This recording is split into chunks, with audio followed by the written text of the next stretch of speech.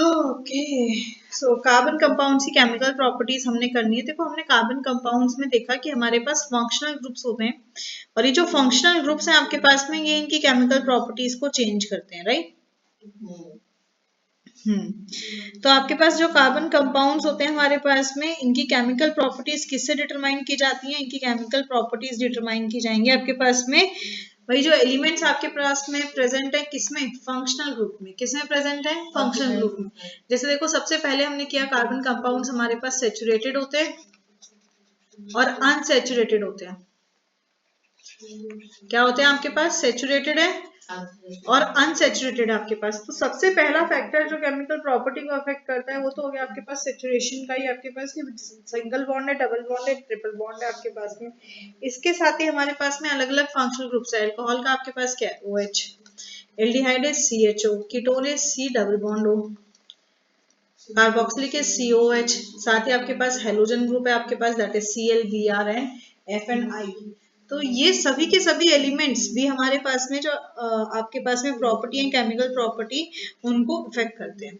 अब सबसे पहले जो हमारे पास में प्रॉपर्टी हम उसकी बात करते हैं दैट इज कंबशन। क्या है आपके पास में? Combustion. So what is combustion? छोटी क्लासेस में ऑलरेडी पढ़ा हुआ है आपने कि कंबशन क्या होता है आपके पास में। जब आप किसी भी सब्सटेंस को एक्सेस ऑक्सीजन में क्या कर रहे हैं? आप किसी भी सब्सटेंस को, और कैसे सब्सटेंस को? हम किसकी बात कर रहे हैं? ऑर्गेनिक कंपाउंड की। हम किसकी बात कर रहे हैं आपके पास में? ऑर्गेनिक कंपाउंड की आपके पास में। तो कंबशन क्या है? It is heating. क्या है आपके पास में? ये है आपके पास heating of a substance, specially कैसे सब्सटेंस की बात हो रही है? Organic substance. In presence of excess oxygen.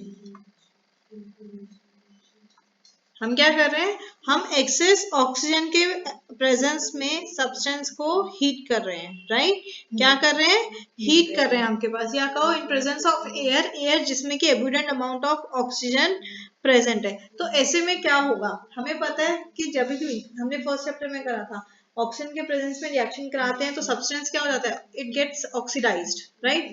Substance gets oxidised. Association में कई बार ये टर्म यूज की जाएगी आपके पास में कि जैसे आपको कोई दे दिया, कहता है ब्यूटेन को अगर हमने हीट किया तो इट गेट्स ऑक्सीडाइज्ड।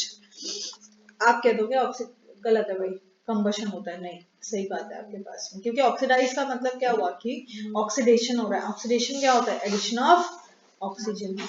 यस और नो? Addition of oxygen. तो यही चीज होती है आपके पास में। अगर आपने किसी हाइड्रोकार्बन को, if any hydrocarbon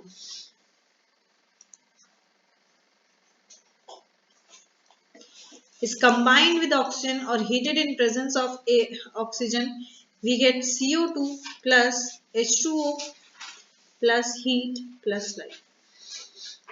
general form आपके पास में कहता है आपके पास में कि जब भी आप हीट करोगे आप कार्बन डाइऑक्साइड प्रोड्यूस करोगे, आप H2O वाटर प्रोड्यूस करोगे। मोस्टली वाटर आपके पास वेपर फॉर्म में होता है आपके पास में, तो आप वेपर प्रोड्यूस करोगे और साथ में हीट और लाइट रिलीज होती है। जैसे देखो आपके पास एक रिएक्शन दे दिया CH4 का। मैं आपको पहले इस रिएक्शन को ना बॉन्ड के साथ समझा रही हूँ। रट्टा मारने वाला काम नहीं है, समझने वाला काम है, ताकि आप किसी भी हाइड्रोकार्बन के साथ इस रिएक्शन को बना के आसानी से लिख सकते हैं। हमारे पास 4 hydrogen, these combine with O2 oxygen to give. अब क्या मिलेगा? एक तो हीट और लाइट मिलेगा, कंबशन हो रहा है, राइट। कंबशन है, आपको हीट और लाइट मिलेगा। साथ में क्या होगा आपके पास में? भाई हमारे पास में जो हाइड्रोजन है वो ऑक्सीजन के साथ कंबाइन करेगा, इलेक्ट्रोपॉजिटिव है, it will combine with oxygen. बनाया इसने H2O, 2 हाइड्रोजन और रह गए आपके पास में। क्या हो गए? 2 हाइड्रोजन और रह गए हमारे पास में। पर क्योंकि इलेक्ट्रोपॉजिटिव है हाइड्रोजन तो इलेक्ट्रोनेगेटिव के साथ ही कंबाइन करेगा। दैट मीन्स आपके पास में एक और मॉलिक्यूल आ गया भाई हमारे पास ऑक्सीजन का। एक के साथ 2 हाइड्रोजन है क्या, दूसरे के साथ 2 हाइड्रोजन है क्या, भाई इन्होंने वाटर बना लिया 2H2, 2 वाटर मॉलिक्यूल बन गया। अब कार्बन अकेला रह गया, कार्बन को भी कंबाइनिंग के लिए चाहिए भाई, तो कार्बन भी एक ऑक्सीजन के साथ लेगा, तो एक और ऑक्सीजन आ गया आपके पास CO2। आगे बात समझ में? तो हमारे पास क्या है, इसको बैलेंस करके देखो आपके पास, this is CH4 plus 3O2 gives CO2 plus 2H2O plus heat plus light. Is it balanced? Okay. अब चाहे कितना भी आपके पास में कार्बन एटम जो है वो बड़ा हो जाए, आपके पास कार्बन एटम क्या है, कितना भी बड़ा हो जाए, ये बात थी किसकी, मीथेन की। किसका लिया हमने, मीथेन। अब मैं इसको चेंज करती हूँ भाई, मैं इथेन ले लेती हूँ, C2H6। Reaction will be same, क्या मिलेगा आपको, O2 के साथ कंबाइन करो, you will get CO2 plus H2, क्योंकि अटैक तो उसी तरीके से होगा भाई। हाइड्रोजन इलेक्ट्रोपॉजिटिव है, इलेक्ट्रोनेगेटिव ऑक्सीजन पे अटैक करेगा। कार्बन आपके पास में जो है वो इलेक्ट्रोपॉजिटिव ही नेचर में है हमारे पास में, वो भी अटैक करेगा ऑक्सीजन पे, बॉन्ड बनाएगा, CO2 मिलेगा आपको, वाटर मिलेगा। बस क्या होगा आपके पास में, इसका कंसंट्रेशन हमारे पास में चेंज होता जाएगा। जैसे अगर हम इसको बैलेंस करें तो C2H6 6 है आपके पास में, ये क्या कहते हैं, हाइड्रोजन। तो H2O को हमने 3 से मल्टीप्लाई कर दिया, राइट। तो 6 हाइड्रोजन हो गए। अब कार्बन हमारे पास कितने होने चाहिए, कार्बन 2 होने चाहिए, ये हो गया आपके पास में। तो कार्बन और हाइड्रोजन बैलेंस हो गया। अब ऑक्सीजन को देखो, रिएक्टेंट साइड में 2 ऑक्सीजन है और प्रोडक्ट साइड में हो गए 4 और 3 7 हो गए आपके पास। कितने हो गए, 4 और 3 7 हो गए, टोटल 7 हो गए, सॉरी मैंने 4 7 हो गए आपके पास। तो यहाँ पे प्रोडक्ट साइड में आपके पास 7 है और इधर 2 है आपके पास में, ठीक है। तो अगर दोनों साइड बराबर करना है, मैं इसको 7/2 से मल्टीप्लाई कर देती हूँ, कर सकते हैं ना, वो भी होगा। हिट एंड ट्रायल करके आप दोबारा पूरा मल्टीप्लाई कर दो 2 से, पर इसको मैंने क्या 7/2 से मल्टीप्लाई। अब अगर तुम्हें इसको फ्रैक्शन को हटाना भी है, क्या करो, 7/2 है ना, तो 2 से पूरी इक्वेशन को मल्टीप्लाई कर दो। This will become 2C2H6 plus O2 7O2 gives, हो जाएगा 2 to the 4 CO2 plus 2 3 the 6 H2O plus heat and light. अब देख लो बैलेंसिंग, कार्बन 4 रिएक्टेंट में, कार्बन 4 प्रोडक्ट में, हाइड्रोजन 2 6 12 12 रिएक्टेंट में, हाइड्रोजन 6 to the 12 प्रोडक्ट में, ऑक्सीजन 7 to the 14 14 रिएक्टेंट में, 4 to the 8 8 plus 6 हो गया ना 14, एन इजी वे, याद रहेगी बात। चलिए बहुत अच्छे। तो ये तो हमने देख लिया कि हमारे पास जब एल्केन कंबाइन कर रहा है क्या मिल रहा है, जब एल्केन कंबाइन कर रहा है हमारे पास में, तो हमें मिल रहा है carbon dioxide, water and heat and light. क्या मिल रहा है, carbon dioxide, water and heat and light. अगर मैं एल्कीन को लेती हूँ, if I take an alkene, छोटी एल्कीन ही ले लेते हैं हम, इथीन ही ले लेते हैं, दिस वाज इथेन। भाई नाम लिखा करो, नाम नहीं लिखोगे मार्क्स नहीं मिलेंगे। स्टेट लिखा करो जिसकी पता है, जैसे ये वेपर फॉर्म में मिलता है और ये गैशियस फॉर्म में मिलता है हमेशा।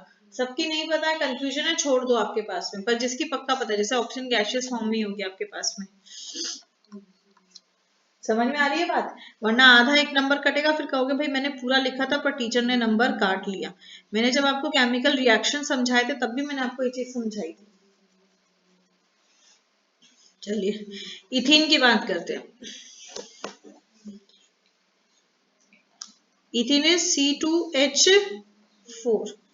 क्या होता है आपके पास, C2H4 इथीन। अब देखो एलिमेंट तो चेंज नहीं हो रहे, एलिमेंट तो सेम ही है ना, हाइड्रोजन है, कार्बन है, ऑक्सीजन है, that means reaction same way ही रहेगा आपके पास।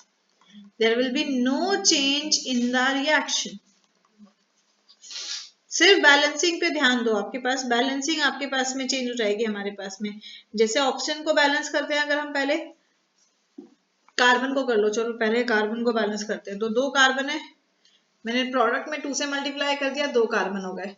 हाइड्रोजन को बैलेंस करें तो 2 हाइड्रोजन है, 2 से मल्टीप्लाई कर दिया, 2 हाइड्रोजन। अब ऑक्सीजन कितने हैं, रिएक्टेंट में 2, प्रोडक्ट में हो गए 2 to the 4 5 6। तो क्या करो इसको 3 से, हो गया बैलेंस।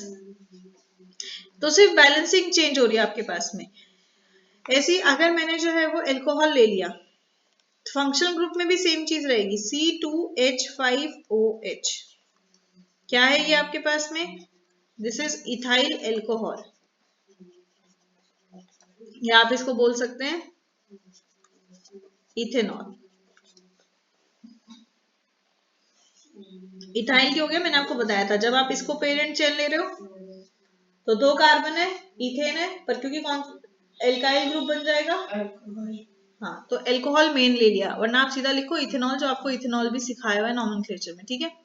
क्या करेंगे भाई, इसको हमने कंबाइन किया ऑक्सीजन के साथ, इसको हमने कंबाइन किया ऑक्सीजन के साथ, सेम मिलेगा भाई, ऑक्सीजन है, हाइड्रोजन और कार्बन है, कोई और एटम तो है ही नहीं आपके पास में, तो रिएक्टिविटी सेम वे में रहेगी, you will get CO2 plus H2O plus heat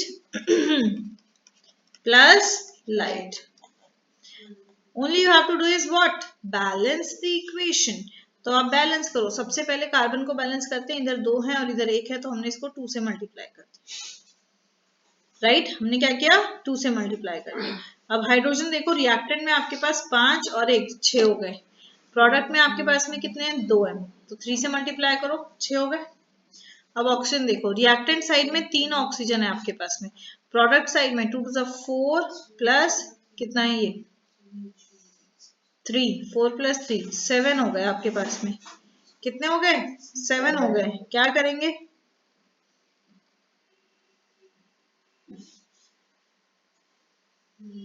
बताओ बताओ क्या करेंगे,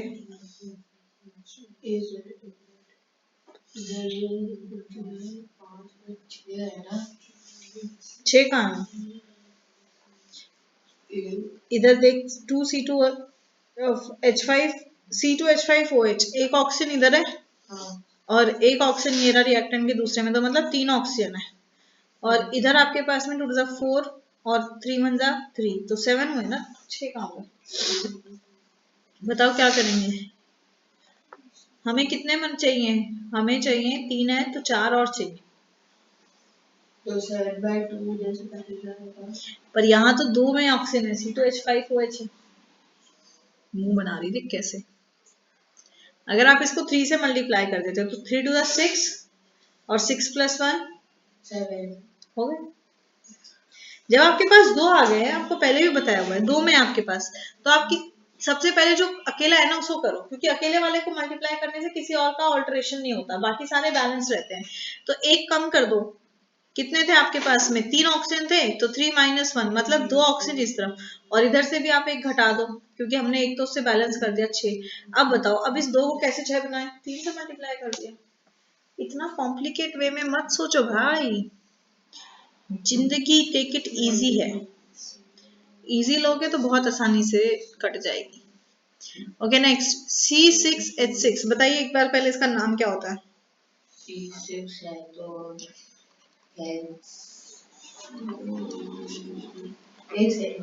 H6, चलो मैं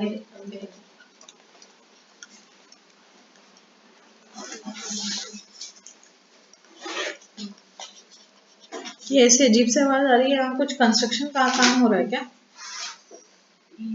हाँ क्यों रही है।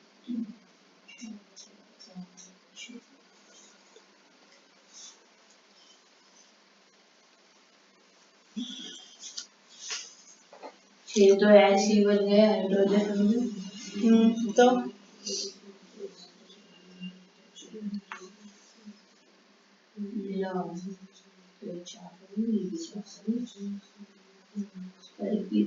ये दोनों बेचारे बच गए। बेटा मैंने कल परसों जब कराया था आपको एरोमेटिक, तब सबसे पहले कराया था, इसको पक्का याद रखना, इसको भूलना मत। Cyclohexene, this is benzene. क्या अच्छा,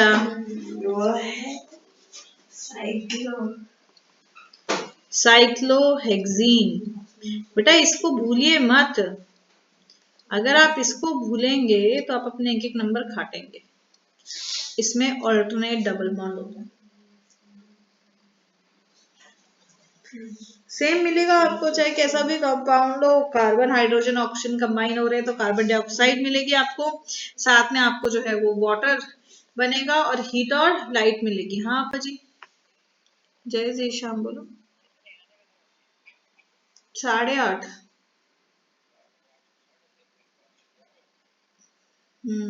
वरना कल दे देना, कल तक शायद और बढ़ जाएगा।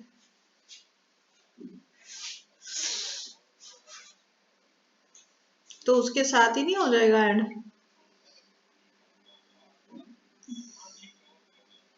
डबल ट्रांजेक्शन की जरूरत नहीं पड़ेगी ना, वन टाइम में हो जाएगा, अपने में नहीं आएगा, दूसरे के में डायरेक्ट आ जाएगा ना।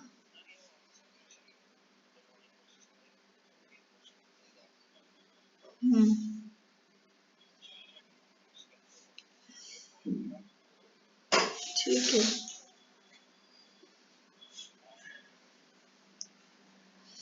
ओके, तो आप वहां से यहाँ तक पैदल आए हो? अच्छा अच्छा, ठीक है, ओके। जय श्री श्याम, जय श्री श्याम।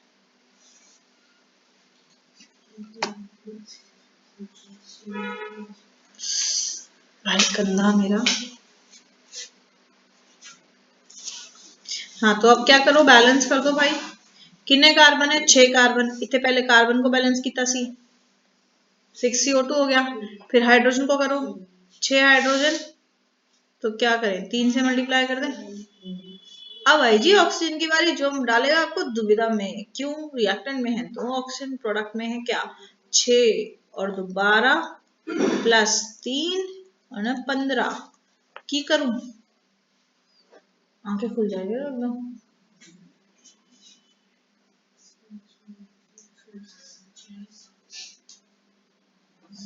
किससे करें? 7 से करते। क्यों? ऊपर वाले और इसमें क्या है, इसमें इधर भी ऑक्सीजन था तो एक लेस कर दिया, इधर तो एक ही, इसी के पास ऑक्सीजन है। 15 करने तो 15/2 से कर देना। आप रानी क्या है बैलेंसिंग। बैलेंसिंग कब से इतनी मुश्किल है? बस अब हो गई। कर दो फिर भाई, दोस्त से सबको कर दो। हाँ, तो वो नहीं करोगे तो भी चलेगा, मैं इतना ही लिख रही हूँ। समझ में आ गई बात? ठीक है, चलिए, बहुत अच्छी बात है। देखो, जब आप ऐसे इस तरह से कंबशन रिएक्शन कराएंगे हमारे पास में, तो कंबशन रिएक्शन में क्या मिल रहा है आपको? हीट और लाइट मिल रही है। क्या मिल रहा है आपको?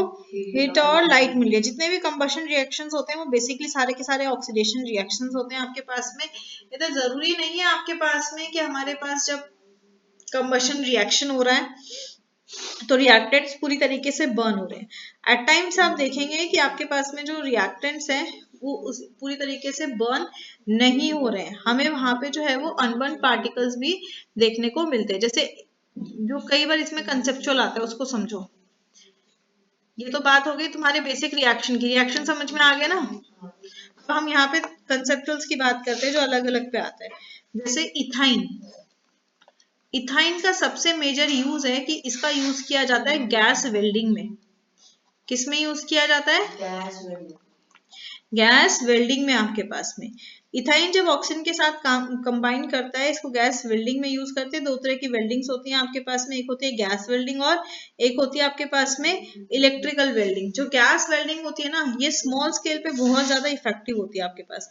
बात करें स्मॉल स्केल पे, मतलब अगर आपको छोटा ब्रोकन कोई पार्ट अगर आपको करना है, जोड़ना है, कोई छोटा सा टुकड़ा टूटा हुआ है, उनको जोड़ने के लिए हम गैस वेल्डिंग का यूज करेंगे आपके पास में। वेस्टेज कम होती है। इसमें इथाइन चाहिए होता है आपके पास में। इथाइन फॉर्म किया जाता है कैसे? वाटर और कैल्शियम कार्बाइड को कंबाइन करके। कैसे? वाटर और कैल्शियम कार्बाइड को कंबाइन करोगे तो आपको मिलेगा इथाइन। उससे एक ब्लू फ्लेम मिलती है, हाई कैलोरीफिक वैल्यू है, हाई हीट है, तो आसानी से आप जो है वो उसको वेल्ड कर सकते हो। दैट मीन्स हमारे पास कई तरह के कंबशंस हैं जो डेली लाइफ में यूज होते हैं। तो इसकी उंगलियों के पीछे हमारे पास कई तरह के कंबशन है जो डेली लाइफ में यूज होते हैं आपके पास में। ये वाली है, ये जब तक होएंगी नहीं ना तब तक ये दर्द जाएगा नहीं। हाँ, बस बस बस, गाय भैंस के दूध निकाल रही हूँ। Thank you. तो ये आपके पास में क्या होता है, कई तरह से हमारे पास कंबशन में यूज किया जाता है।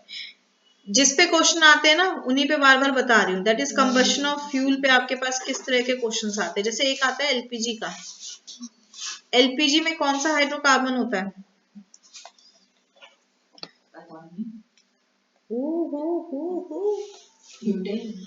यप, कम बताया हुआ है मैंने पहले भी।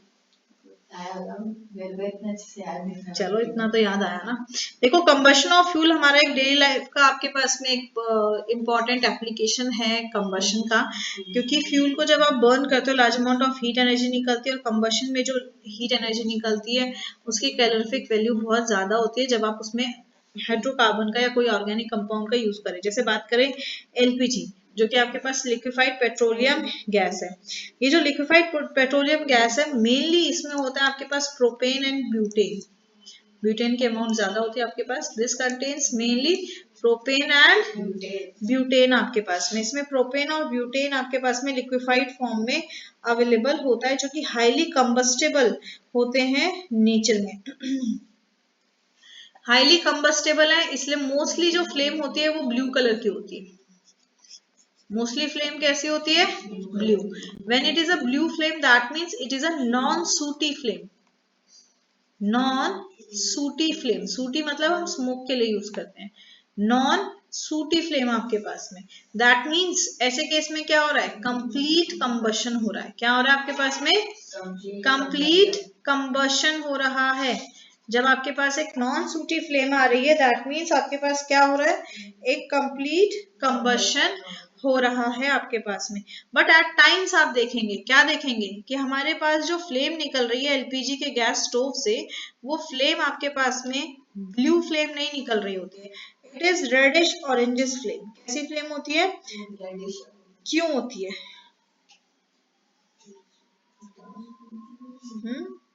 एयर के साथ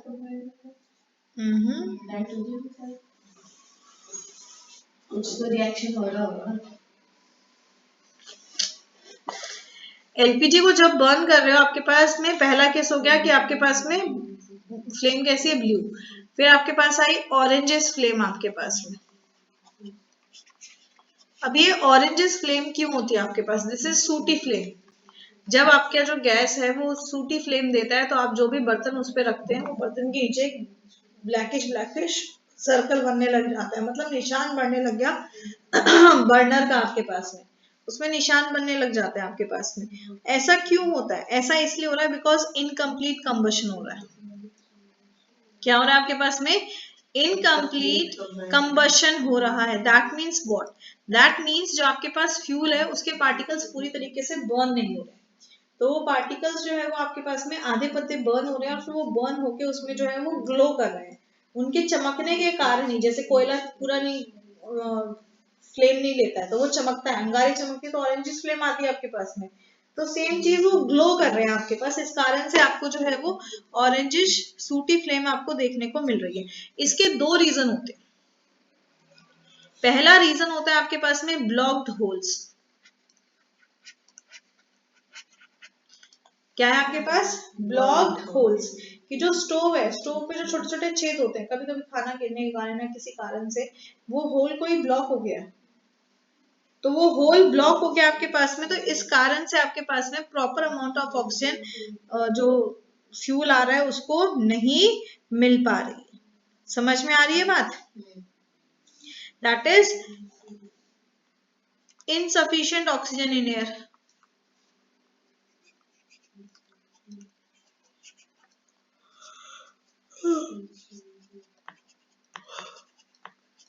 समझ में आई बात? ये क्वेश्चन बहुत बार आता है। अगर इसी तरह से प्रॉपरली पॉइंट के साथ यही टर्म लिखोगे पूरे नंबर मिलेंगे, और कहानी फालतू की एक्सप्लेन करोगे तो पूरे नंबर नहीं मिलेंगे। इसलिए चीज को ध्यान रखना है। जब भी ब्लू फ्लेम की बात आ रही है, कहीं पे भी क्वेश्चन ब्लू फ्लेम का आ रहा है, दैट मीन्स आपके पास कंप्लीट कंबशन हो रहा है, तो आपने सीधा बताना है ब्लू फ्लेम है दैट मीन्स कंप्लीट कंबशन हो रहा है, तो क्लीन फ्लेम मिल रही है, नॉन सूटी फ्लेम मिल रही है। येलो फ्लेम या ऑरेंजिश फ्लेम की बात हो रही है तो आपको बताना है दैट्स अ सूटी फ्लेम आपके पास, बिकॉज इनकम्प्लीट कंबशन हो रहा है। दो रीजन से हो सकता है आपके पास में, बता दिया आपको कि यहाँ पे सफिशिएंट अमाउंट ऑफ ऑक्सीजन का सप्लाई नहीं हो रहा है, या फिर जो आपका स्टोव है वो उसमें क्या है आपके पास में होल्स ब्लॉक हो रखे हैं, और ऐसे में हमारा वेस्टेज ऑफ फ्यूल भी होता है। This results in wastage of fuel.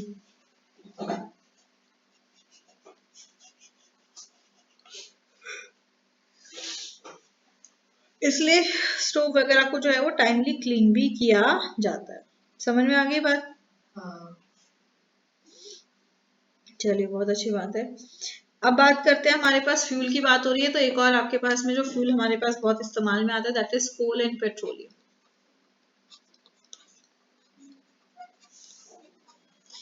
भाई कोल और पेट्रोलियम में सिर्फ कार्बन हाइड्रोजन नहीं है, इसके साथ में इनमें नाइट्रोजन और सल्फर भी प्रेजेंट होता है। क्या प्रेजेंट होता है? नाइट्रोजन एंड सल्फर आपके पास में प्रेजेंट होता है, जो कि पॉल्यूशन भी कॉज करते हैं। पर इसका रिजल्ट ये होता है आपके पास में कि जब कंबशन करोगे तो एडिशनल आपको क्या मिलेंगी? नाइट्रोजन ऑक्साइड्स मिलेंगे आपको, या तो NO2 मिलेगा या आपको NO फॉर्म मिलेगा, और सल्फर ऑक्साइड्स भी मिल सकती है आपको, SO2 मिल सकता है आपको, SO3 मिल सकता है। ये गैसेस हाईली पॉइजनस होती हैं, thus cause pollution। अब ये क्यों बताया?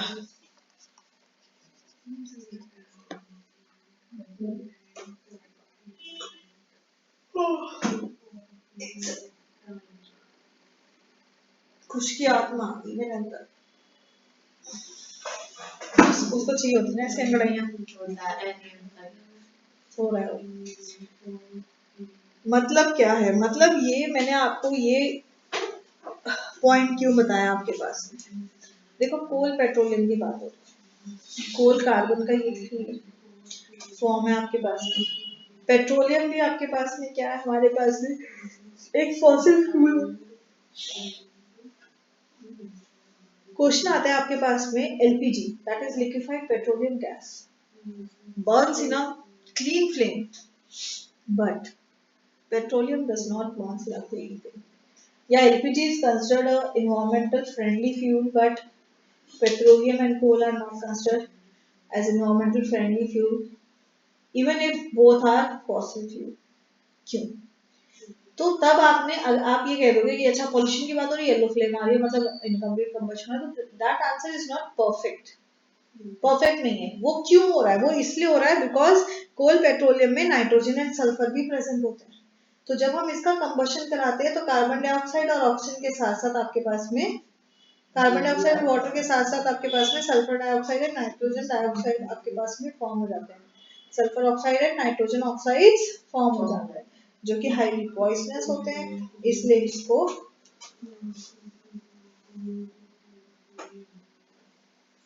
इसीलिए इनको जो है वो क्लीन फ्यूल नहीं माना जाता। समझ में आएगा क्यों रीजन दिया है? ये याद रखना आपके पास में। बाकी जहां पे भी येलो फ्लेम है आपके पास में, बताओ इनकम्प्लीट कंबशन हो रहा है, और जहां पे भी ब्लू फ्लेम है कंप्लीट कंबशन हो रहा है। बट जब बात हो जाए कोल और पेट्रोलियम की तो साथ में आपको बताना पड़ेगा कि वहां पे आपके पास में हमारे पास ये गैसेस प्रोड्यूस हो रही है जो कि हार्मफुल होती है। समझ में आ गई बात? याद रहेगा? चलिए, इसके अलावा जो आपके प्रैक्टिकल के बेसिस पे कंबशन में इतना सारा है कि कितना टाइम लेगा हाँ फिर क्वेश्चन आएगा तो मुझे कहेगी ये तो आपने कराया नहीं था। तो मतलब 1 घंटे से जाते देखते बेटा चैप्टर बहुत इम्पोर्टेंट है।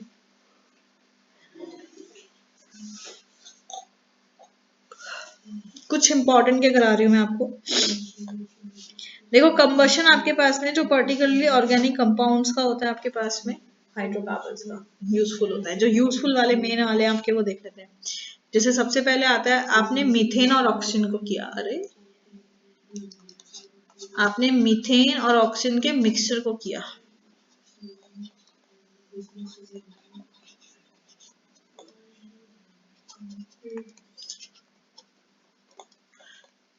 अब इसका रेशो क्या रहता है? 9:1। इसका रेशो क्या रहेगा? 9:1 आपके पास में, मतलब 9 पार्ट्स आपके पास में मीथेन के कंबाइन करेंगे, 1 पार्ट ऑक्सीजन के साथ में। रिएक्शन हम ऑलरेडी ऊपर कर चुके थे, मैं पूरा रिएक्शन डायरेक्टली लिख रही हूँ। एट 120 ATM किया जाता है एटमॉस्फेरिक प्रेशर को मेंटेन करने के लिए। हम इसको कॉपर की ट्यूब में करते हैं। क्या करेंगे? कॉपर की ट्यूब में करेंगे एट 475 केल्विन। 475 केल्विन। सभी के लिए याद नहीं रखना है, कुछ स्पेशल जो आपके पास रिएक्शंस होते हैं जिन्हें पूछा जा सकता है तो आपको याद रखना है। अगर आपने मीथेन और ऑक्सीजन के मिक्सचर को 9:1 रेशो में लिया और आपने 475 केल्विन पे 120 एटीएम के साथ कंबाइन करा, क्या मिलेगा? CO2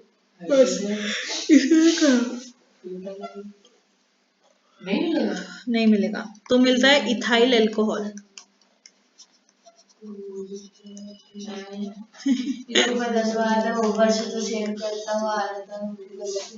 this is formation of alcohol.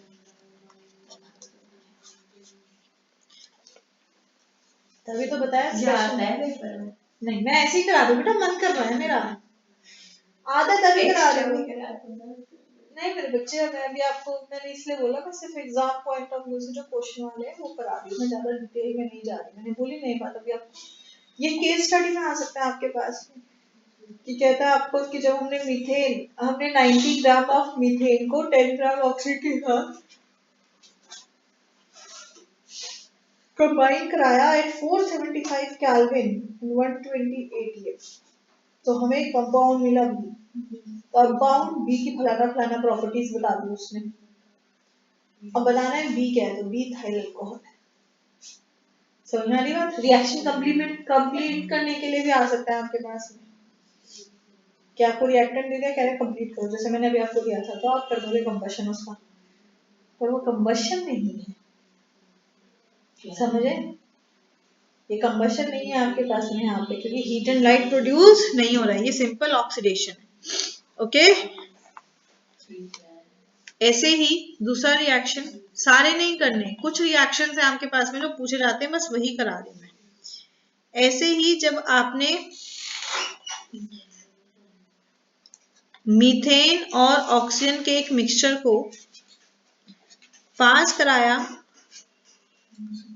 Molybdenum oxide पे, MnO, मॉलिबेडनम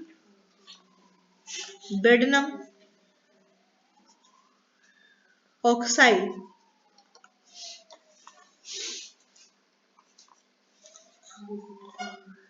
तो फॉर्मेल्डिहाइड फॉर्म होता है।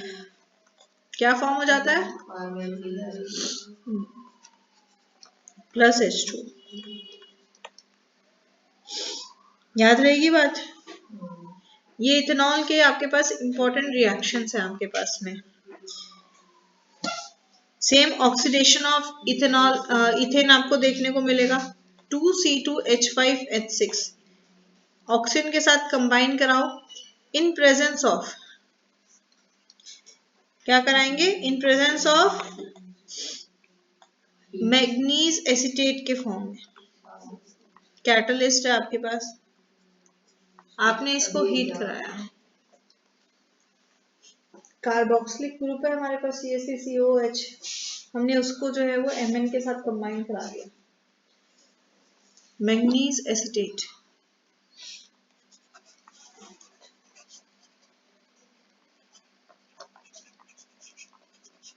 इतना तो मुझे आज पता चला, केमिस्ट्री मेरे को मतलब कितने वर्ड याद करने का क्या है भाई, याद हो जाते। तो हमें एसिटिक एसिड मिल गया, मतलब अगर आपको एल्केन से एसिटिक एसिड बनानी है तो क्या करूं, उसको मैग्नीज एसीटेट के साथ में ऑक्सीजन के साथ कंबाइन करा दो, आपको एसिटिक एसिड मिल जाएगी। समझ में आई बात?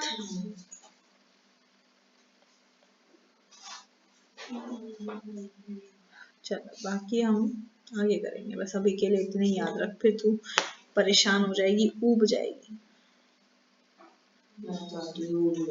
मैं मारूंगी तेरे थप्पड़ खिंचा के।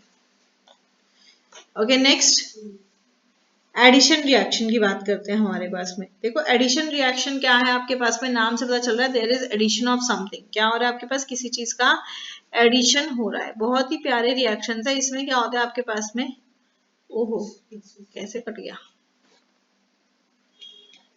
रूपा चला गया नहीं, मेरे को नहीं लगता।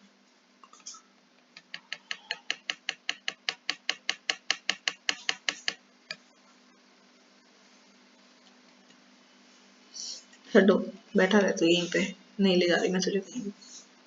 एडिशन रिएक्शन आपके पास में अनसैचुरेटेड कंपाउंड्स में किए जाते हैं, मतलब एल्कीन्स और एल्काइंस में किए जाते हैं। याद रखना है कि भाई आपके पास निकल, प्लेटिनम या प्लेडियम के प्रेजेंस में किए जाएंगे। ये कैटलिस्ट होते हैं जो रेट एनहांसर्स का काम करते हैं, इस रिएक्शन को पॉसिबल बनाते हैं। एडिशन रिएक्शंस में क्या होता है आपके पास में, हम डबल बॉन्ड और ट्रिपल बॉन्ड को तोड़ते हैं जिससे कि हमें एक नया सैचुरेटेड कंपाउंड मिल जाता है। जैसे देखो आपके पास में एक जनरल रिएक्शन दे रखी है, आपने लिया एक एल्कीन, क्या लिया आपने, एक एल्कीन लिया। एल्कीन को आपने इन प्रेजेंस ऑफ H2, निकल, प्लैटिनम या प्लैडियम, तीनों में से एक है, उसके साथ कंबाइन कराया। तो ये क्या करते हैं, ये इस डबल बॉन्ड को तोड़ेंगे। जैसे ही बॉन्ड टूटा, अब जैसे ही बॉन्ड टूटा, दोनों कार्बन के पास एक एक वैलेंसी क्रिएट हो गई। तो इधर से हाइड्रोजन आएगा और उससे कंबाइन कर जाएगा, आपको ये मिल जाता है। वर्किंग समझने के बाद में भी खराब लगती है ये, वर्किंग समझ में आ गया कैसे रिएक्शन हुआ तो खराब लगती है। वो तो बेटा जितनी बार लिखेगी उतनी बार हो जाएगा, और तरीका तो सब में एक ही आपके पास में। ऐसे देखो आपने इथीन को ले लिया, if I am taking this ethene, आपने हाइड्रोजन के साथ लिया, ठीक है, क्या हो जाएगा आपके पास, आप कोई भी एक कैटलिस्ट ले लो, मैंने निकल ले लिया, 473 केल्विन इसको टेम्परेचर देना पड़ता है, ठीक है, 473 आपने इसको टेम्परेचर देना है। क्या होगा, ये इसके डबल बॉन्ड को तोड़ेगा, डबल बॉन्ड को तोड़ते ही इस पर एक वैलेंसी क्रिएट हो गई, जहां पे हाइड्रोजन एटम आके अटैच हो जाता है, हमें मिल गया इथेन। ये क्या है, एक सैचुरेटेड कंपाउंड, मतलब अनसैचुरेटेड से सैचुरेटेड को ऑब्टेन करने के लिए हम एडिशन रिएक्शन को कराते हैं। समझ में आ गई बात, याद रहेगी, चलो अच्छी बात है, कितनी याद रहेगी वो भी हम देखते हैं आपका। सेम अगर मैं कोई एल्काइन ले लेती हूँ, मैं कोई एल्काइन ले लेती हूँ, अरे क्या खुल रहा है तू, कोई भी बोल दो आप, ब्यूटाइन ले लें, मतलब एक ट्रिपल बॉन्ड है, if I am taking butyne, तो भाई 2-3 हाइड्रोजन, बीच में बॉल बैलेंस है। अब जब आप इसको करोगे, अगेन निकल के साथ किया हमने 473 केल्विन में, ये चीज समझो बेटा, निकल अटैक करेगा, एक बॉन्ड को तोड़ेगा, तो पहले आपके पास में जो है वो एक बॉन्ड की क्लीवेज होगी, मतलब एक बॉन्ड टूट गया तो जिससे दोनों कार्बन के पास एक एक वैलेंसी क्रिएट हो, राइट। अब एक हाइड्रोजन आके उधर लग जाएगा हमारे पास दोनों पे, पर हमें सैचुरेटेड अभी भी नहीं मिला, तो फिर से बॉन्ड क्लीवेज होगी इन प्रेजेंस ऑफ निकल, हाइड्रोजन के,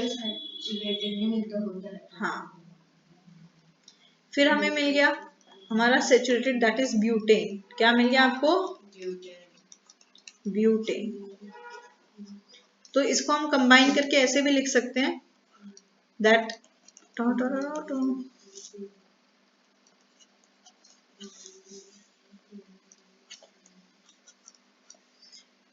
butyne plus 2H2 in presence of nickel at 473 Kelvin gives butane। समझे, तो ये चीज का ध्यान रखना है। आपने देखा निकल है 473 केल्विन है और ब्यूटाइन लिखा हुआ है, साथ में H2 है, अब डायरेक्ट ब्यूटेन लिख के छोड़ देंगे, एक नंबर कट जाएगा। डबल बॉन्ड तोड़ना है तो 2 हाइड्रोजन मॉलिक्यूल ले लेंगे। समझ में आ रही है बात, ये याद रखना। क्लियर है एडिशन रिएक्शन। अच्छा, अब इसका यूज कहाँ होता है आपके पास में, इसका यूज किया जाता है हमारे पास में जो डीनेचुरेशन ऑफ एडिबल ऑयल किया जाता है, उसमें एडिबल ऑयल जो आपके पास में है वो अनसैचुरेटेड कंपाउंड्स होते हैं। कोई रिएक्शन याद नहीं रखना है, बस इतना याद रखना है आपको, एडिबल ऑयल, ये जितने भी एडिबल ऑयल्स हम कंज्यूम करते हैं, दीज आर अनसैचुरेटेड कंपाउंड्स। इनको हम हाइड्रोजन के साथ इन प्रेजेंस ऑफ निकल हीट कराते हैं तो हमें मिल जाता है फैट जो कि सैचुरेटेड होता है।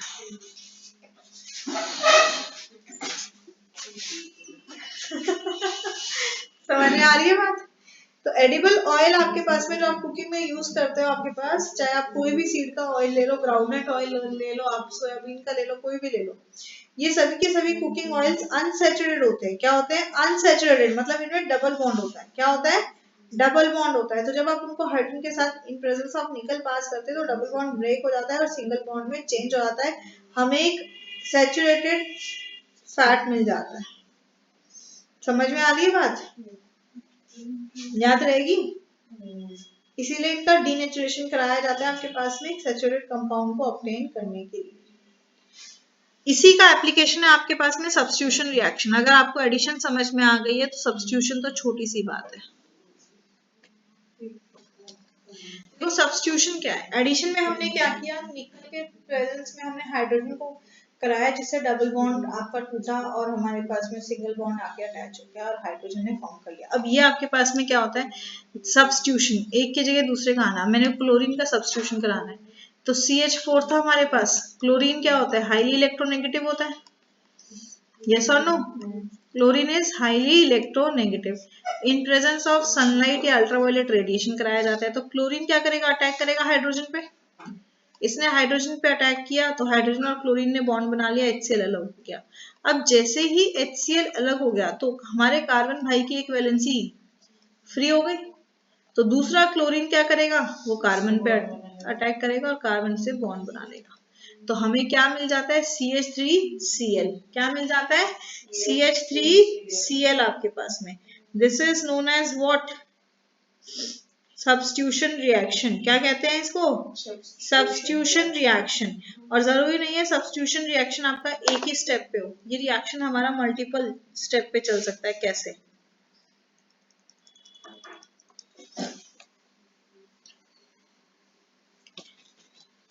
जैसे अगर मुझे क्लोरोफॉर्म बनाना है, कैसे बनाएंगे? इसी से बनाएंगे भाई। 4 हाइड्रोजन थे, क्लोरीन Cl2 के साथ कराया, क्या मिल गया? CH3Cl मिल गया और साथ में HCl मिल गया, right? In presence of sunlight आपने 473 केल्विन पे हीट करा दिया। फिर इसको फर्दर कराएंगे हम। आपने लिया CH3Cl को क्लोरीन के साथ, ClCl के साथ। अब क्लोरीन फिर से एक हाइड्रोजन पे अटैक करेगा, क्या बना लेगा? CH2Cl2। इसको फिर से करा दो क्लोरीन से, क्या बना लेगा? CHCl3। फिर Cl2 के साथ कराओ तो आपको फाइनली मिल जाएगा CCl4 प्लस HCl। हाँ है ना? तो हम टेट्राक्लोरोमीथेन, ये क्या है आपके पास? अगर मैं बॉन्ड स्ट्रक्चर बनाऊं CCCCl, Cl, टेट्रा, 4 क्लोरीन है ना, तो टेट्राक्लोरोमीथेन बन गया। क्यों? 4 है तो टेट्रा। क्लोरीन को क्या कहते हैं? प्रीफिक्स होता है क्लोरो, और एक कार्बन है तो क्या होगा? बस, जमाना क्यों लगेगा? इसमें प्रोसेस में क्या है बेटा? यहाँ कोई डाउट है? ओके। इसी का एक एप्लीकेशन पे आपके पास क्वेश्चन आता है, सारे नहीं करा रही हूँ, जो एप्लीकेशन पे क्वेश्चंस आते हैं ना जिसपे बेस्ड, बस वो पार्ट करा रही हूँ। डिटेल में तो हम पढ़ेंगे इसको 11th में। Freon gas. फ्रियॉन एक गैस होती है जो रेफ्रिजरेंट में यूज की जाती है as a cooling agent. Refrigerant में यूज की जाएगी एज अ कूलिंग एजेंट।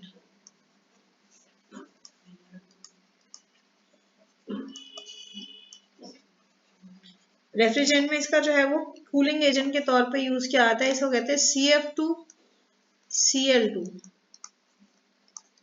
क्या है आपके पास? CF2Cl2 आपके पास में। कैसे बनेगी? CF2 है आपके पास में, CF2Cl2, मतलब मीथेन में 2 बार क्लोरीन से कराएंगे और 2 बार फ्लोरीन से कराएंगे, तो आपको ये मिल जाएगा। क्लियर है? चलिए अब आ जाओ इंपॉर्टेंट ऑर्गेनिक कंपाउंड जो पूछे जाते हैं आपके पास। सबसे पहला, इसमें ज्यादा नहीं करना है, एक एक रिएक्शन हर एक का करना है और एक एप्लीकेशन आती है वो, और इनके फीचर्स पता होने चाहिए। जैसे इथेनॉल है आपके पास में, इथेनॉल क्या होता है आपके पास, फॉर्मूला आप ऑलरेडी कई बार बना चुके हो। ये क्या होता है? C2, बना लो चाहे, 2 कार्बन है, एक OH अटैच हो गया, क्या होगा? C2H5OH। इथेनॉल क्या होगा? C2H5OH। इसे कई नाम है, आप इसको इथेनॉल भी कहते हैं, आप इसको इथाइल एल्कोहल भी कहते हैं जब आपने पेरेंट चेन ले लिया सिर्फ एल्कोहल को, या सिंपल एल्कोहल भी कहा जाता है। ठीक है, सिंपल एल्कोहल भी कहा जाता है आपके पास में। कई जगह यूज किया जाता है, एल्कोहल बेवरेजेस में यूज किया जाता है, जैसे विस्की ब्रांडी वगैरह में, इवन कफ सिरप में भी यूज किया जाता है, इसलिए कफ सिरप पीने के बाद में नींद आती है आपके पास में। तो ये एक सॉल्वेंट होता है जो ये हर एक में घुल जाता है, राइट? क्या है आपके पास में? एक सॉल्वेंट है जो हर एक में घुल जाता है। तो कॉमन नेम है आपके पास में इथेनॉल, केमिकल फॉर्मूला हो गया C2H5OH आपके पास में। बात करें अगर हम प्रॉपर्टीज की आपके पास में, तो इथेनॉल जो है वो एक क्लियर कलरलेस वोलेटाइल लिक्विड होता है रूम टेम्परेचर पे। स्लाइटली स्वीट होता है आपके पास में, हल्का स्वाद में ये थोड़ा सा मीठा होगा आपके पास टेस्ट में। Melting point, low melting point होता है आपके पास, लो बॉइलिंग पॉइंट होता है आपके पास। इसी कारण से नॉर्मल कंडीशंस में आपके पास में ये लिक्विड फॉर्म में एग्जिस्ट करता है। समझ में आई बात? यूज आपको बता दें, अल्कोहलिक ड्रिंक्स में यूज किया जाता है। ये अच्छा सॉल्वेंट होता है, इसकी सॉल्युबिलिटी जो है वो अच्छी है, हाईली सॉल्युबल इन वाटर होता है। हर एक प्रोपोर्शन में, कितने भी प्रोपोर्शन में डालो पूरा अच्छे से घुल जाएगा। मेडिसिनल यूज किया जाता है, टिंचर आयोडीन में इसका यूज किया जाता है, कफ सिरप में इसका यूज किया जाता है, टॉनिक्स में इसका इस्तेमाल किया जाता है। पर अगर आपने इसको लार्ज अमाउंट में कंज्यूम किया तो this can be harmful, right? ये आपके लिए हार्मफुल हो सकता है, याद रहेगी बात। अब इसके अगर हम इसके रिएक्टिविटी की बात करें, लिथमस टेस्ट की बात करें आपके पास में, तो लिथमस में क्या होगा? ये न्यूट्रल होता है, neutral towards litmus. It's neither acidic nor basic आपके पास में। एक बार बार क्वेश्चन पूछा जाता है, व्हाट इज रेक्टिफाइड स्पिरिट, या एमसीक्यू में आ जाता है कि इसमें से कौन सा रेक्टिफाइड स्पिरिट है। So what is rectified spirit? Rectified spirit एक सॉल्यूशन होता है जिसमें 95% एल्कोहल होगा, 95% एल्कोहल होगा और 5% वाटर होगा, 5% वाटर।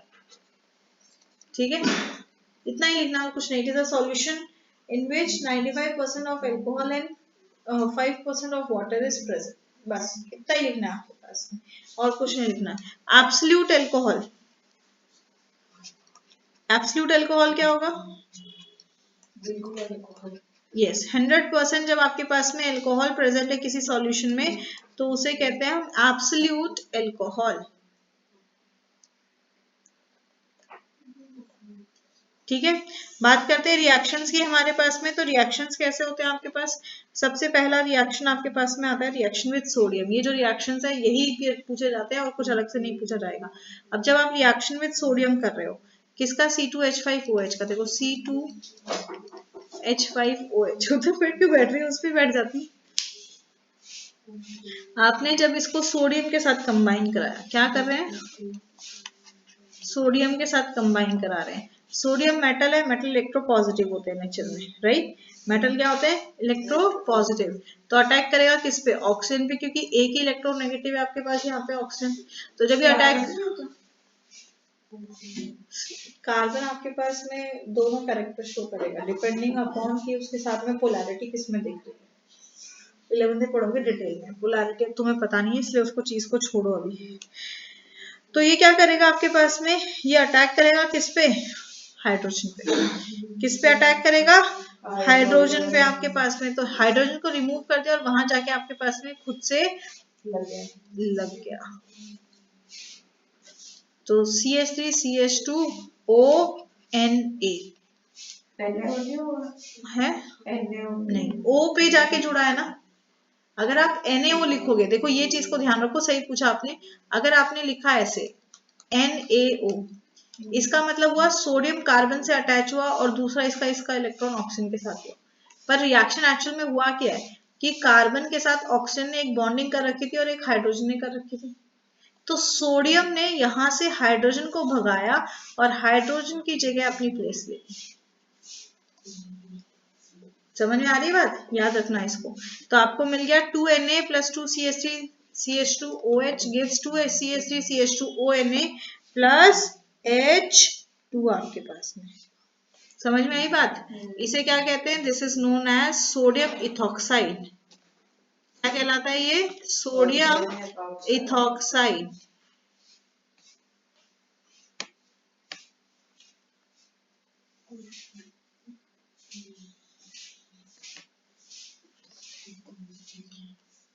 नाम जरूर लिखना है। दिस इज सोडियम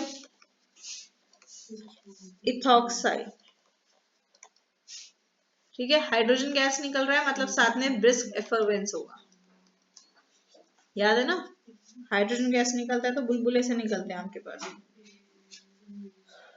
तो हाइड्रोजन गैस निकलता है, इसलिए हम हमेशा सोडियम को ड्राई मेटल के साथ रिएक्ट करते हैं।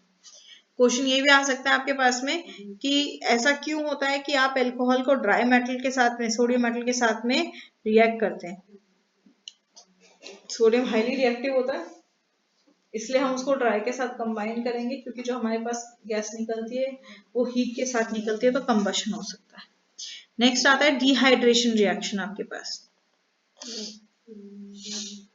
Dehydration, what is dehydration? बताओ।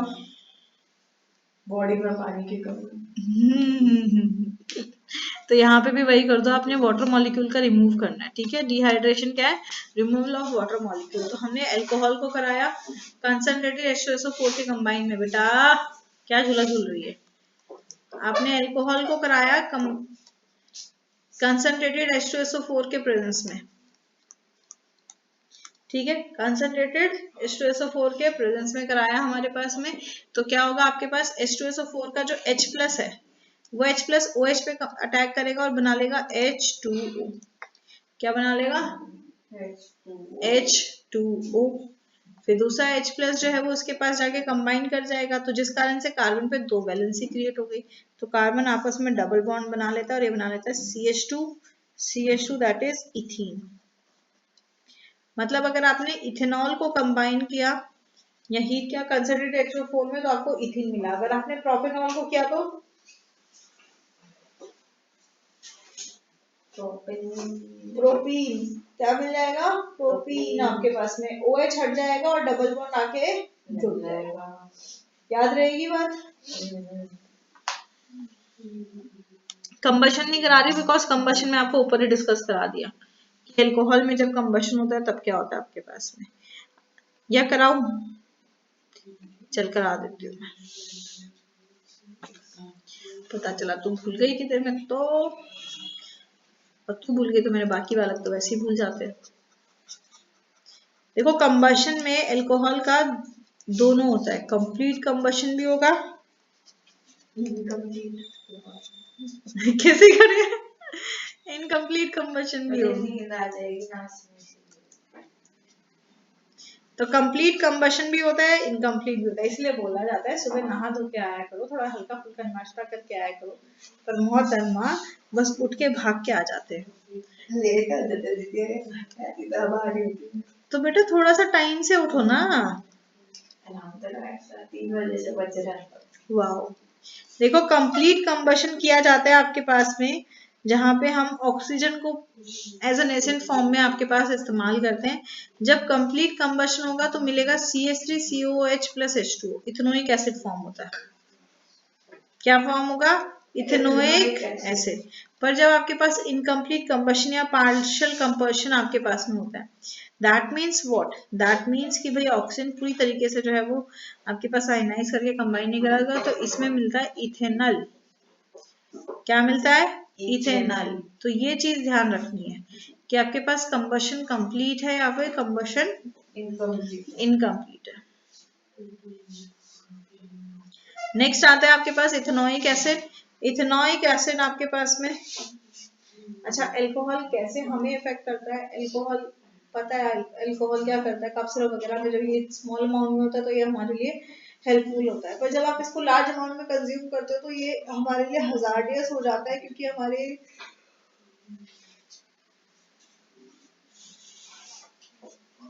ब्लड स्ट्रीम में जाके ऑक्सीजन के लेवल को कम कर देता है। समझ में आ रही है बात? इथेनॉल ही ऐसा एक अल्कोहल है जो कि ड्रिंकेबल फॉर्म में आपके पास में अवेलेबल है, जिसको आप ड्रिंक कर सकते हो, बट स्टिल उसको जो है वो लार्ज अमाउंट में ड्रिंक नहीं करना चाहिए। इससे जो है वो बहुत ज्यादा प्रॉब्लम्स राइज हो जाती हैं। मोस्टली इथाइल अल्कोहल का यूज किया जाता है फर्नीचर पॉलिशिंग वगैरह के लिए आपके पास में। अब इस प्रॉब्लम को सॉल्व करने के लिए हम करते हैं डीनेचुरेशन ऑफ अल्कोहल। क्या करते हैं? Denaturation of alcohol. आपके पास में क्या, आप डीनेचर्ड अल्कोहल को प्रिपेयर करते हैं। डीनेचर्ड अल्कोहल क्या होता है कि आपने इथाइल अल्कोहल को नॉन टॉक्सिक फॉर्म में प्रोड्यूस किया है। और वो कैसे करते हैं? आप इथाइल अल्कोहल में डालो स्मॉल अमाउंट ऑफ, ये याद रखना बेटा, डीनेचर्ड अल्कोहल पे कई बार पूछता है व्हाट इज डीनेचर्ड अल्कोहल। तो डीनेचर्ड अल्कोहल क्या है आपके पास? वो अल्कोहल जो बेवरेजेस में यूज किया जाता है, जिसमें कि आपके पास में प्रेजेंट है methyl alcohol, small amount of methyl alcohol plus pyridine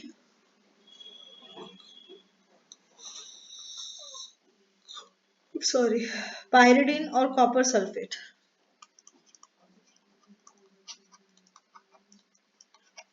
and copper sulphate, ये जितने भी सब्सटेंसेस हैं ये आपके पास में,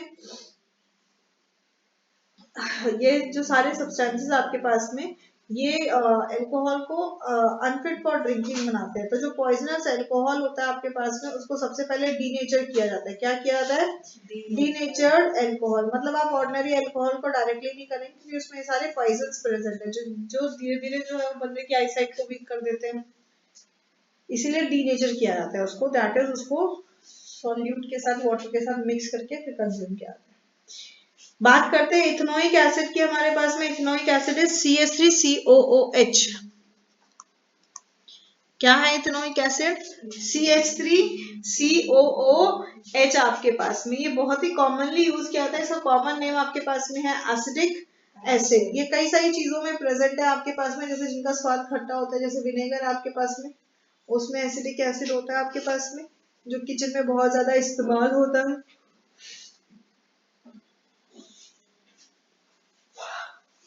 क्वेश्चन आता है व्हाट इज विनेगर। विनेगर क्या है आपके पास में? तो विनेगर क्या है? जब आपने वाटर में 5 to सिरका नहीं लिखना वहां पे, 5 to 8% of ethanoic acid present है या एसिडिक एसिड प्रेजेंट है, तो दैट इज विनेगर।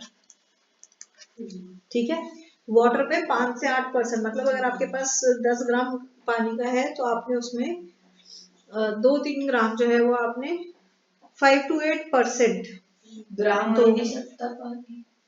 अरे मारूंगी मैं तेरे खिंचा के।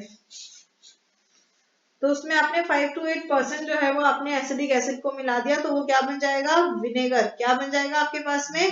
विनेगर। नाम से पता चल रहा है इसका नेचर क्या होगा? एसिडिक। क्या नेचर होगा आपके पास में? एसिडिक। आपके पास कलरलेस होता है आपके पास में ये।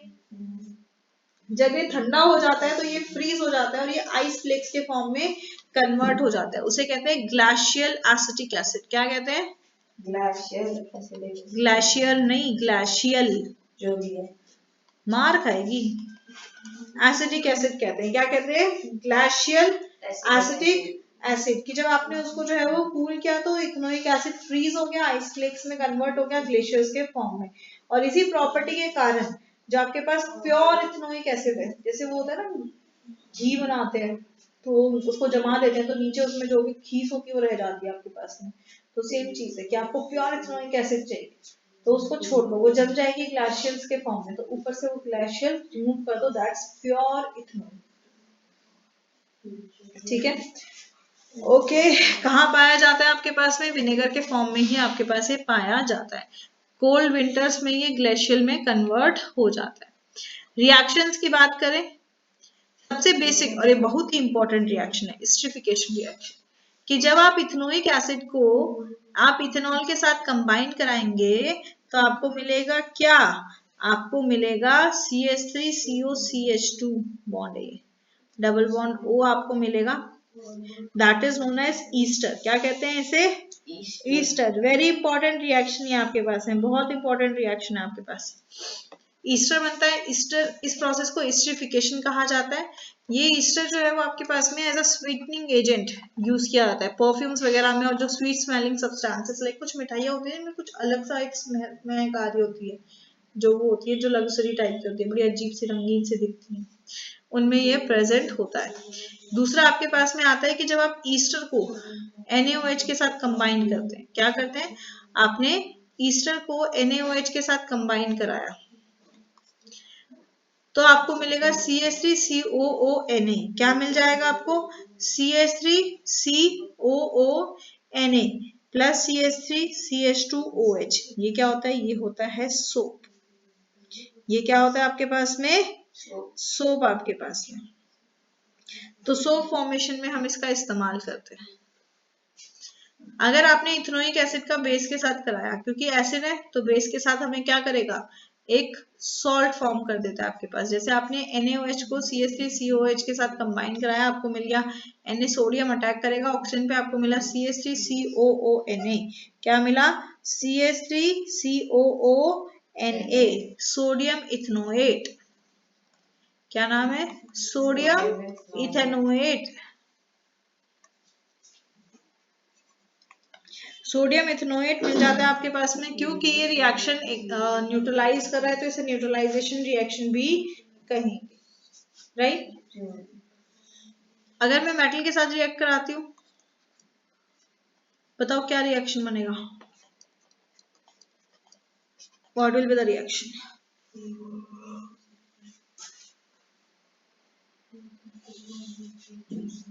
हाइड्रोजन को कर लेगा,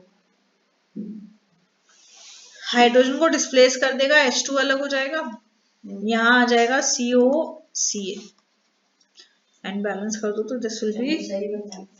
हाँ तो मैं कहाँ बोल रही बेटा, तू गलत बताती है, तू सही सही बताती है, बढ़िया बढ़िया सही बनाती है।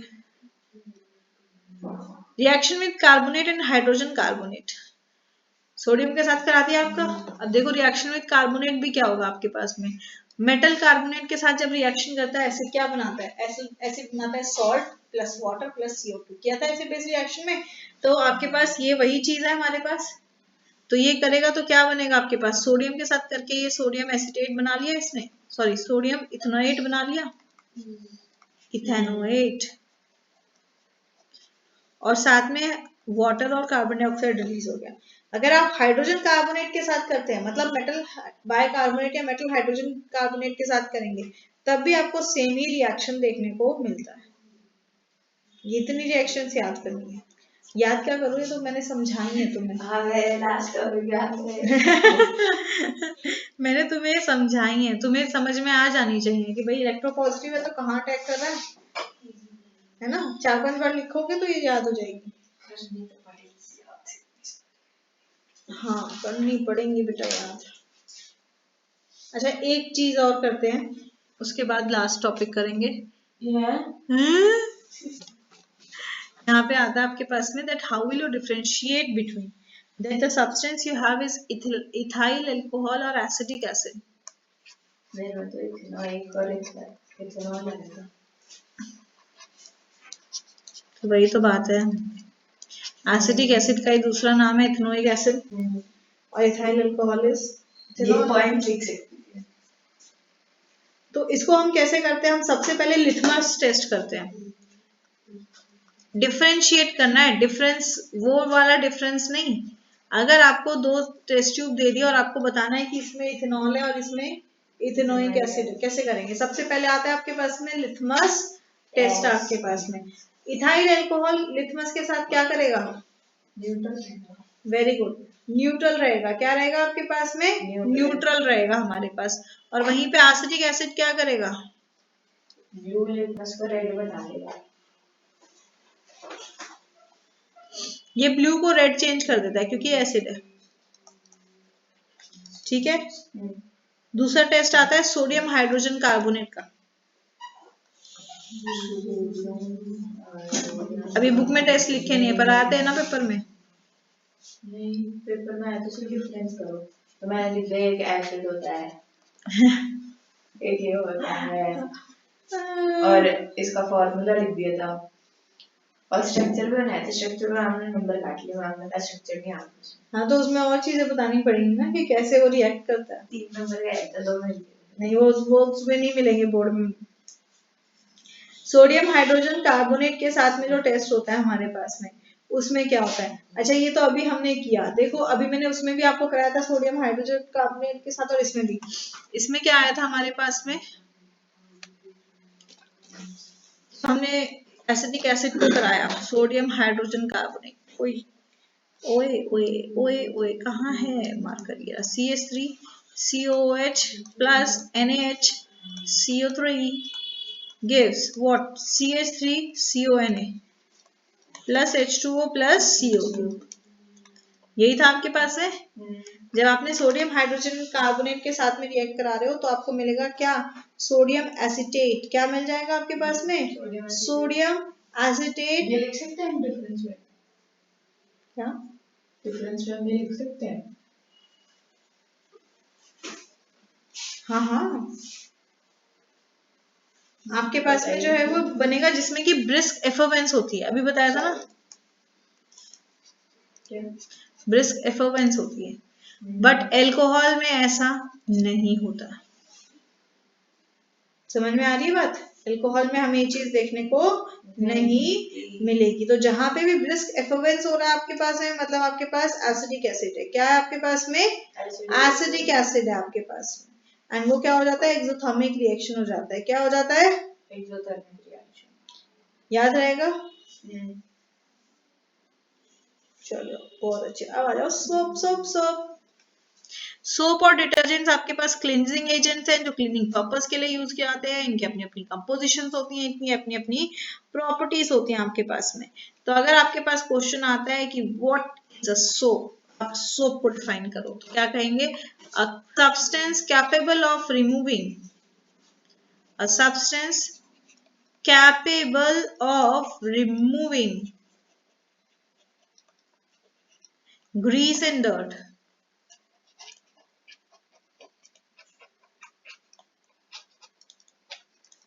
from fabric।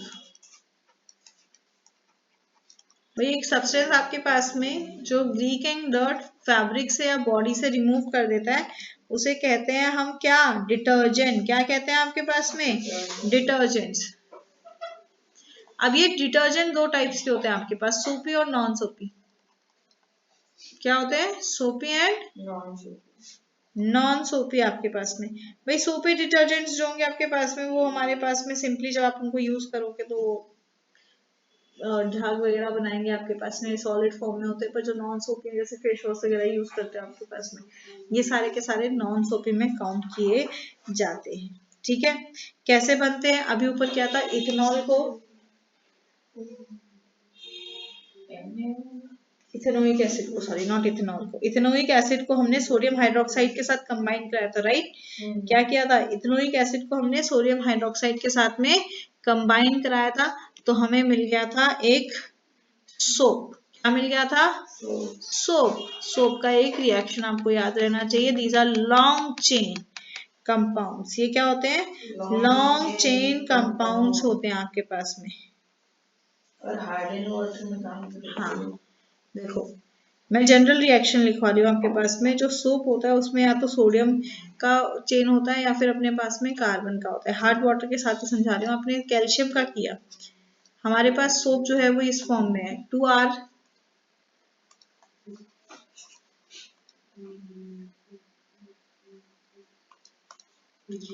Plus 2RCOONA। ये क्या आपका? आर क्या है? आर कोई भी एल्काइल चेन हो सकती है, इथेन, मीथेन, कितने भी कार्बन की चेन है आपके पास में। सोप का भी रिएक्शन बताया ना ऊपर, फिर से बता दूं? नहीं नहीं नहीं नहीं नहीं नहीं नहीं, यहाँ लिख देते हैं रिएक्शन, कोई दिक्कत नहीं जा रही है बेटा। नहीं नहीं नहीं नहीं, सोप का हमने किया ना, देखो आपके पास है जैसे CH3COO C2H5, इसको कराया आपने,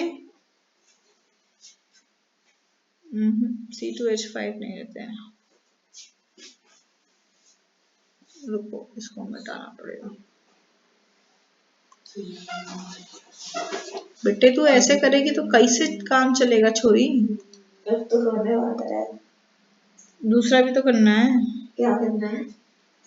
भूल गई, पेपर। उसमें तो 3 घंटे लगेंगे दीदी।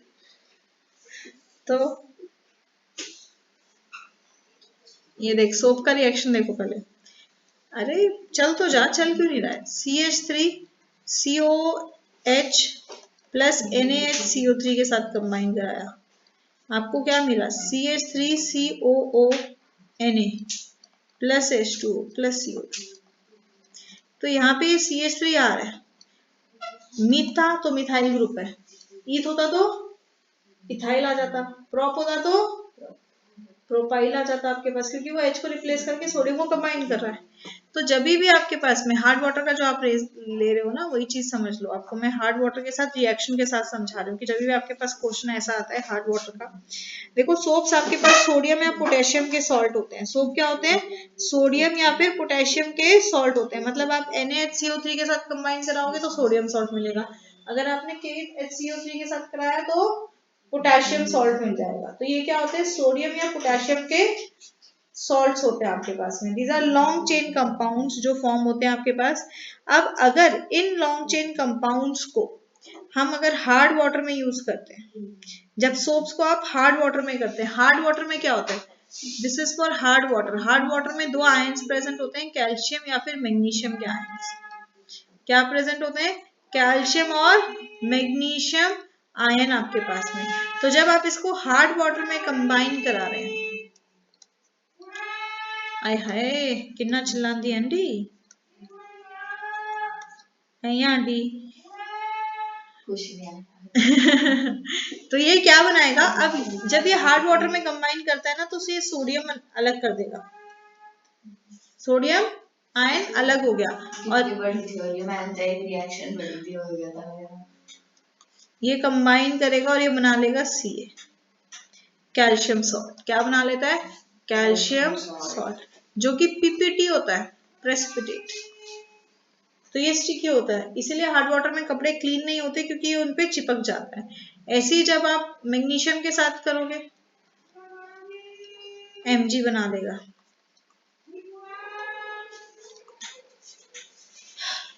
क्या बना लेगा, PPT बना देगा। इसीलिए बहुत सारा salt waste, sorry soap waste हो जाता है हार्ड वाटर।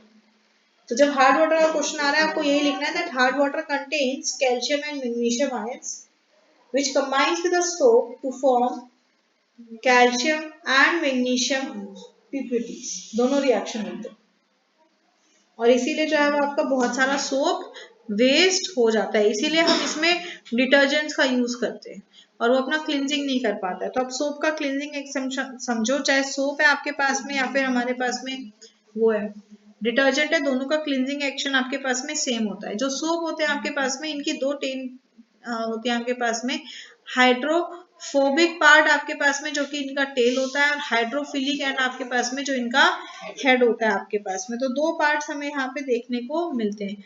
जो हेड है आपके पास दैट इज Na+ वाला पार्ट जो आपके पास में है, वो उसका हेड है। और जो आपके पास RCHCOO आपके पास में ये वाला जो पार्ट है, ये इसकी हाइड्रोफोबिक चेन होती है आपके पास। क्या होती है, हाइड्रोफोबिक चेन होती है। तो जैसे ही सोप को आप वाटर में डालते हैं, तो ये वाटर के साथ में आयनाइज होते हैं, और आयनाइज होके जो भी डर्ट पार्टिकल है, ये इसको इस तरीके से ज्वाइन कर लेते हैं कि जो आपके पास में टेल है वो उस डर्ट के चारों तरफ जाके अटैच हो जाती है। जैसे ही टेल जो है वो डर्ट के चारों तरफ अटैच हो गई, वो उसको रिमूव करेंगे और वाटर के सरफेस पे ले आएंगे, इससे कि हम जो भी हमारे पास डर्ट है चाहे ग्रीस है, उसको आसानी से वाटर से रिमूव कर पाते हैं। और इस तरह का जो इन्होंने एक स्ट्रक्चर बनाया, स्फेरिकल स्ट्रक्चर बनाया चारों तरफ से उसको टेल से सराउंड करके, इसे कहते हैं हम मिसल्स। क्या कहते हैं, micelles, this is known as micelles आपके पास में। एडवांटेजेस आपको बता दी, सोप्स जो है वो बायोडिग्रेडेबल होंगे आपके पास में, इन्वायरमेंटल फ्रेंडली होते हैं और वो क्लींजिंग अच्छी करते हैं हमारे पास में जब आप सॉफ्ट वाटर में यूज करोगे। अब आ जाओ डिटर्जेंट पे। आपके पास में डिटर्जेंट की अगर बात करें, अगेन ये आपके पास क्लींजिंग एजेंट्स हैं आपके पास, सोडियम और पोटेशियम के क्लींजिंग एजेंट्स हैं आपके पास में। सोप्स और डिटर्जेंट्स का एक ही काम होता है, ये क्लींजिंग में काम करते हैं, पर जो डिटर्जेंट है वो हार्ड और सॉफ्ट वाटर दोनों में काम कर सकता है, पर जो आपके पास में सोप है वो दोनों में काम नहीं करता है। कुछ ऐसे डिटर्जेंट्स होते हैं जिनको स्पेसिफिक आपके पास में काम करने के लिए स्पेसिफिक कंडीशन की जरूरत होती है, क्योंकि वो उसी कंडीशन में हाई स्पेसिफिकली वॉशिंग मशीन में यूज कर पाते हैं, इसलिए वॉशिंग मशीन का जो होता है वो हमारा अलग फॉर्म में होता है। इन्वायरमेंटल इम्पैक्ट की बात करें तो आपके पास में सोप्स बायोडिग्रेडेबल होते हैं, इन्वायरमेंटल फ्रेंडली है आपके पास। वहीं पे कुछ ऐसे डिटर्जेंट्स आपके पास में जो नॉन बायोडिग्रेडेबल होते हैं, नॉन इन्वायरमेंटल फ्रेंडली हैं, तो वो वाटर पॉल्यूशन को कॉज करते हैं। पर जो मॉडर्न फॉर्म आपके पास यूज किया जा रहा है, जो आपको बताया लिक्विड वाला जो डिटर्जेंट आने लगे हैं, वो इन्वायरमेंटल फ्रेंडली होते हैं। तो आपके पास डिफरेंस आता है सोप और डिटर्जेंट का। What is the difference? मैंने फिर भी काफी रद्दी में फटाफट खत्म किया है। सोप हार्ड वाटर में काम नहीं करते। सबसे पहले यही बताएगी यार, ऐसे थोड़ी ना होता है, है। वो भी क्लीनिंग एजेंट है। तो डिफरेंस बताना है ना। These are long chain sodium salt of carboxylic acid, sodium salt of carboxylic acid. पहले है क्या ये तो बताओ ना, बताने को ही रेडी नहीं हो आप। जिसमें आयनिक पार्ट क्या आपके पास है? इसमें आयनिक पार्ट होता है COO माइनस Na+। यहाँ पे आपके पास कोई भी अल्काइल ग्रुप अटैच हो सकता है। वहीं पे अगर हम इनकी बात करें तो ये आपके पास क्या होता है? ये सल्फोनिक एसिड के होते हैं, sodium salts of long chain आंटी जी सल्फोनिक एसिड। तो इसका आयनिक पार्ट क्या होता है? SO3 minus Na+। यहाँ पे आपके पास में एल्काइल पार्ट अटैच होता है, ठीक है। Soap not suitable for hard water.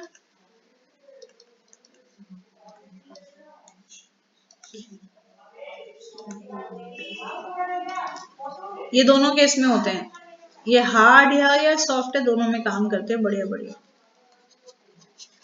ठीक है। सोप कैसे प्रिपेयर किए जाते हैं? एनिमल फैट या वेजिटेबल ऑयल से। किससे? एनिमल फैट या फिर वेजिटेबल ऑयल से।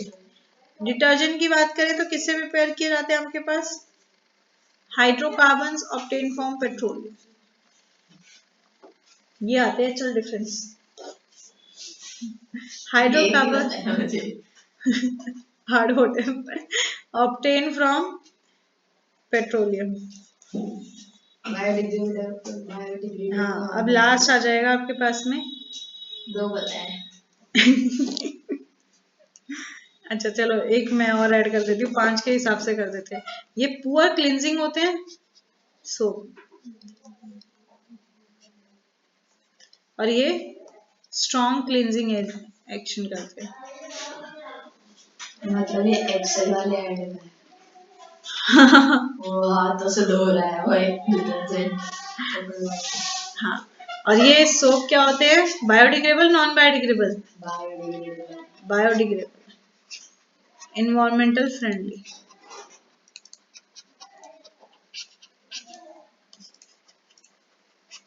और ये मोस्टली नॉन बायोडिग्रेडेबल,